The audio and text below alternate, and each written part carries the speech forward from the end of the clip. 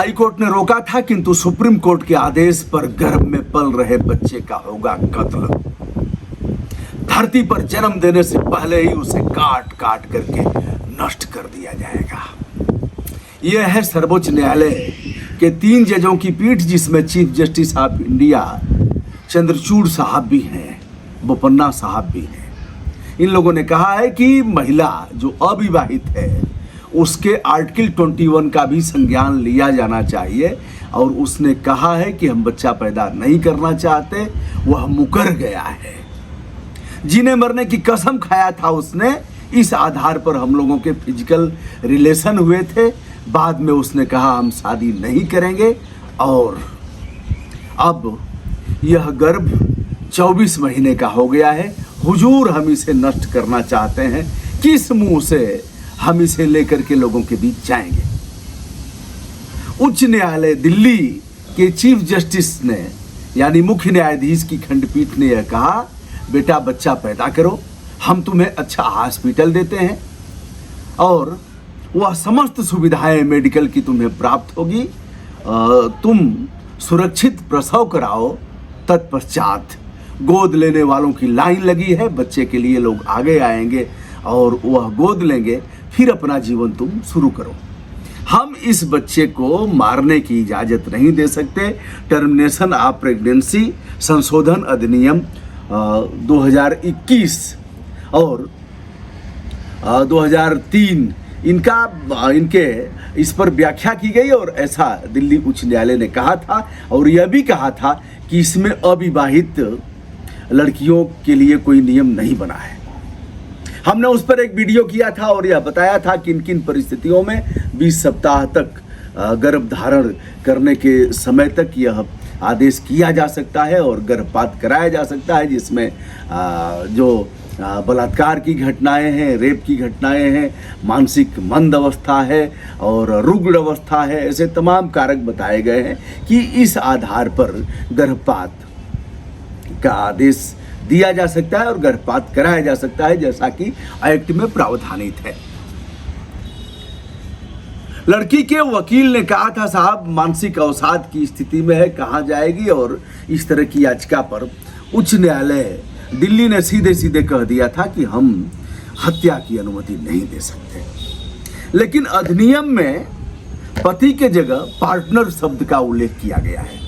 अब supreme court ने partner शब्द की व्याख्या करते हुए कहा कि अधिनियम में यह बताया गया है, जो बनाया गया है उसमें पार्टनर शब्द का प्रयोग इसलिए किया गया है, पति के जगह पति न देकर के पार्टनर किया गया है, कि इसमें वह लोग भी आएंगे जो बगैर वैवाहिक जीवन जिनका नहीं है और जिनका रिलेशनशिप हो रहा है, लिव इन रिलेशन।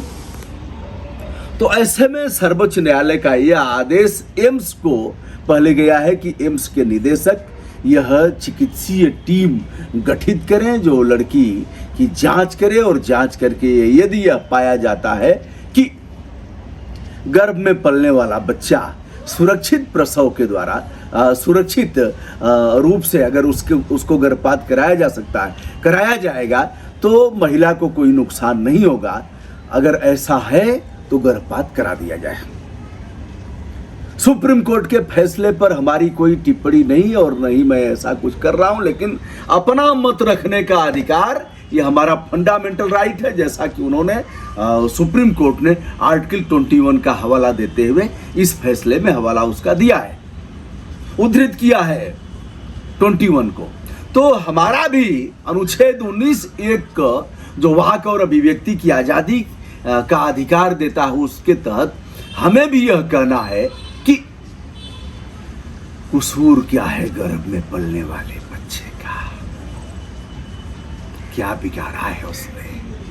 आपने तो तय कर लिया है कि हमारे संबंध होंगे और हम वैवाहिक जीवन यापन करेंगे, इसलिए आपने शारीरिक संबंध स्थापित किया और बच्चे का गर्भधारण का समय 20 सप्ताह से अधिक हो गया,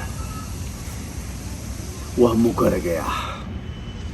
लेकिन गर्भ में पल रहे उस शिशु का, जिसका अधिकार है जन्म लेने का, धरती पर आने का जिसका अधिकार है, हुजूर कसूर उसका क्या है कि काट काट करके पहले इसका खोपड़ा तोड़ा जाएगा, हाथ काटे जाएंगे, पैर काटे जाएंगे, और धरती पर जन्म लेने से पहले ही उसको मार मार करके उसकी हत्या कर दी जाएगी। उसके तरफ से याचिका दायर कौन करेगा हुजूर?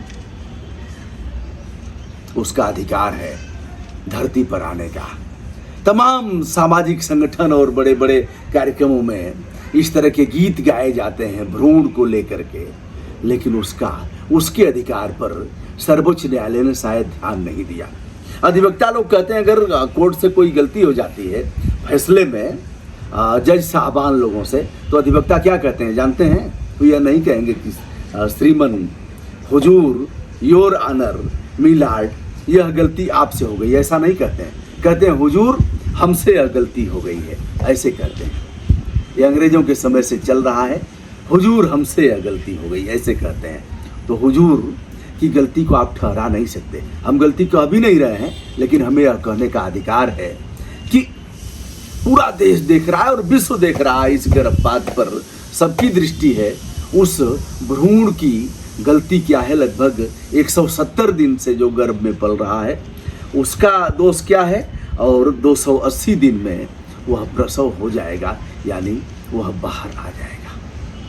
दोस्तों, इस पर आप भी अपनी राय रखिएगा और राय रखने का अधिकार भी आपको है। दोस्तों, मैं हूं ब्रजभूषण दुबे, यूट्यूब चैनल जनतंत्र भूषण से विनम्रता के साथ आप सभी दोस्तों को जो वैश्विक रूप से हमसे जुड़े हुए हैं सादर प्रणाम, मंगल कामना।